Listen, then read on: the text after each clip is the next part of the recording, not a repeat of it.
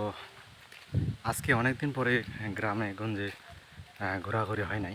তো এই যে রাস্তাটা দেখতে পাচ্ছেন, অনেক দিন পর রাস্তাটা হয়েছে।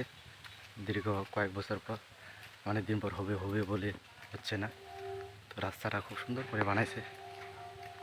হ্যাঁ, তো রাস্তাটা একটু কেমন একটু কমেন্টে অবশ্যই বলবেন।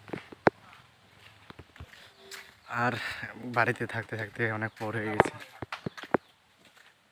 কেন পারেন মি? হ্যাঁ, বাহ, দেখছেন, সে বললো আমাকে 20 টাকার নাস্তা খাওয়াবে আমি যদি হাট যাই। আমার চাচা বললো, বুঝছেন। তো যাই হোক, আমার চাচা বললো আমি যদি আটোয়ারি হাট যাই তাহলে সে আমাকে 20 টাকা নাস্তা খাওয়াবে। ভাই 20 টাকা এটা কোনো কিছু পাওয়া যাবে আপনারা বলেন? হ্যাঁ,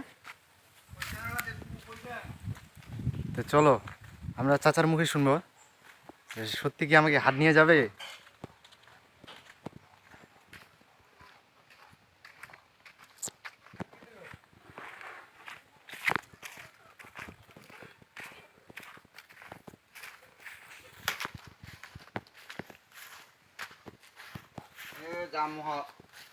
কারেন্ট বিলটা ভেজাল হচ্ছে নাই। কুম্ভার হাট যাবো?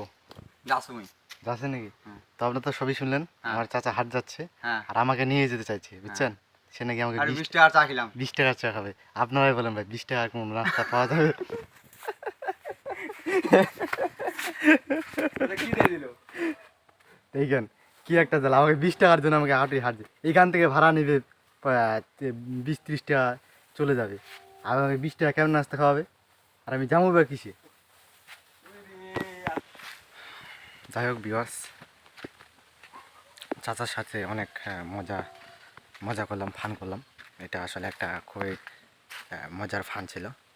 আপনারা কেউ খারাপ মাইন্ডটা নেবেন না। এই চাচাটা অনেক ভালো মানের মানুষ একজন। আর তিনি ঢাকায় ছিল, অনেক দিন পর বাড়ি এসেছে। আমি যে বাড়িটা আপনাদেরকে দেখাইলাম সেই বাড়িটা পূর্ণত নতুন করতেছে।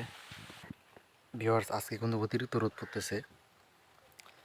আজকে রোদ প্রায় 44 ডিগ্রি সেলসিয়াস না হলেও হবে। তো আমি যেখানে অবস্থান করছি, পিছনের যে জিনিসটা দেখতে পাচ্ছেন সেটা হলো খড়িঘরা থাকে। আমি এখানে আশ্রয় নিয়েছি শুধু রোদ থেকে বাঁচানোর জন্য। অনেকক্ষণ হাঁটতে আসলাম তো, ওই জন্য। তো আজ এই পর্যন্ত থাক।